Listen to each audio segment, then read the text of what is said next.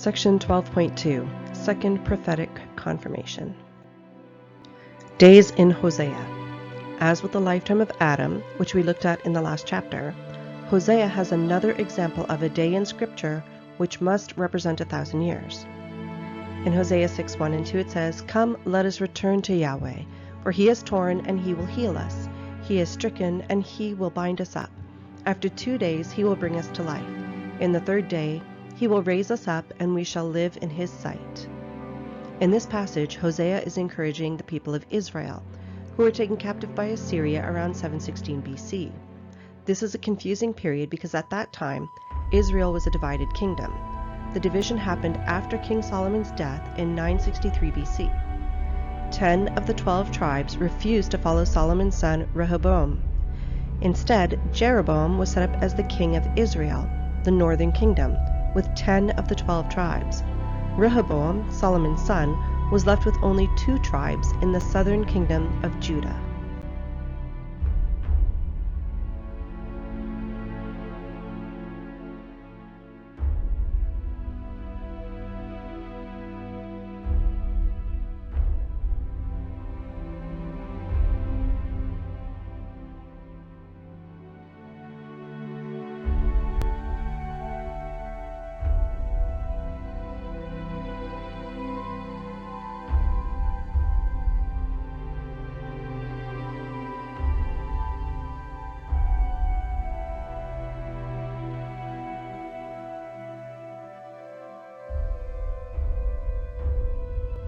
Table 12.3a.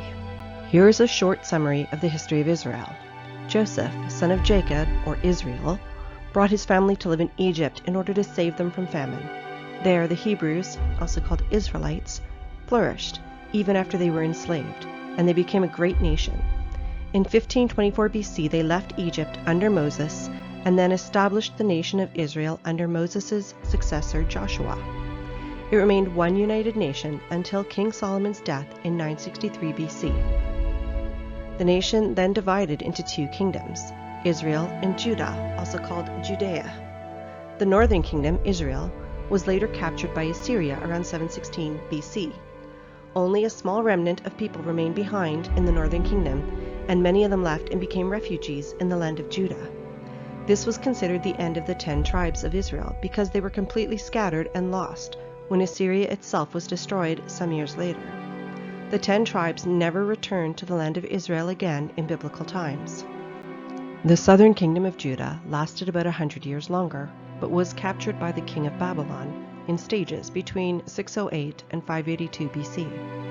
However, the people of Judah did return in 538 BC after the Babylonian captivity. They were permitted to rebuild the temple, and they were the Jews in the time of Jesus.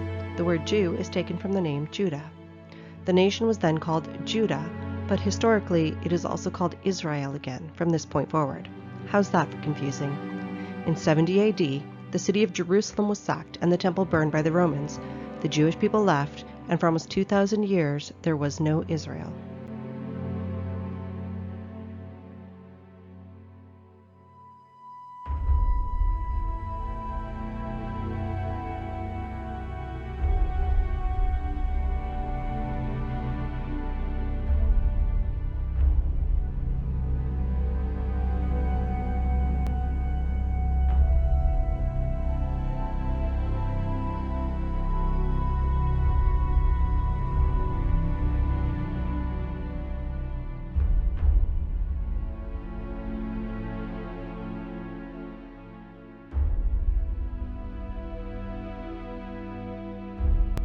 God's people were scattered to the ends of the earth, but he promised to gather them back together in the end times.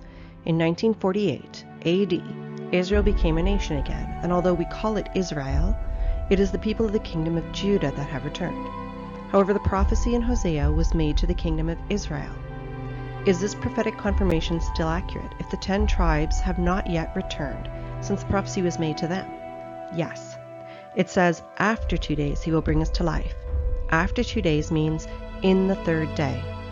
If we count off 3 millennial days from the date of the Assyrian capture, we end at 2285 AD.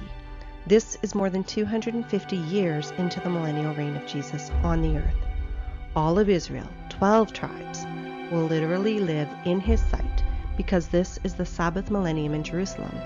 The 3 days of Hosea must represent 3 millennia if this prophecy is to come true, because the people of Israel did not return to Jerusalem in 3 literal days.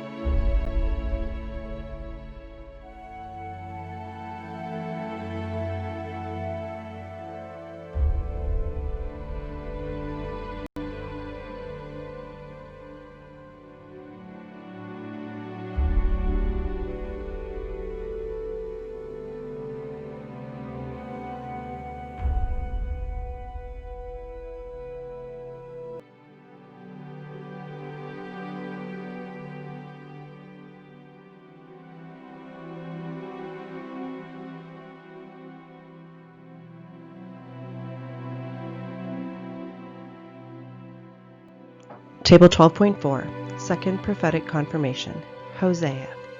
Here are the 3 days of Hosea plotted on our 7-day millennial chart. If we start with the Assyrian capture in 716 BC and plot 3 millennial days, we end up deep in the millennial reign. Prophecy must be fulfilled. However, the tribes of Israel did not return in 3 24-hour days. This prophecy can only be true if Hosea was speaking of 3 millennial days.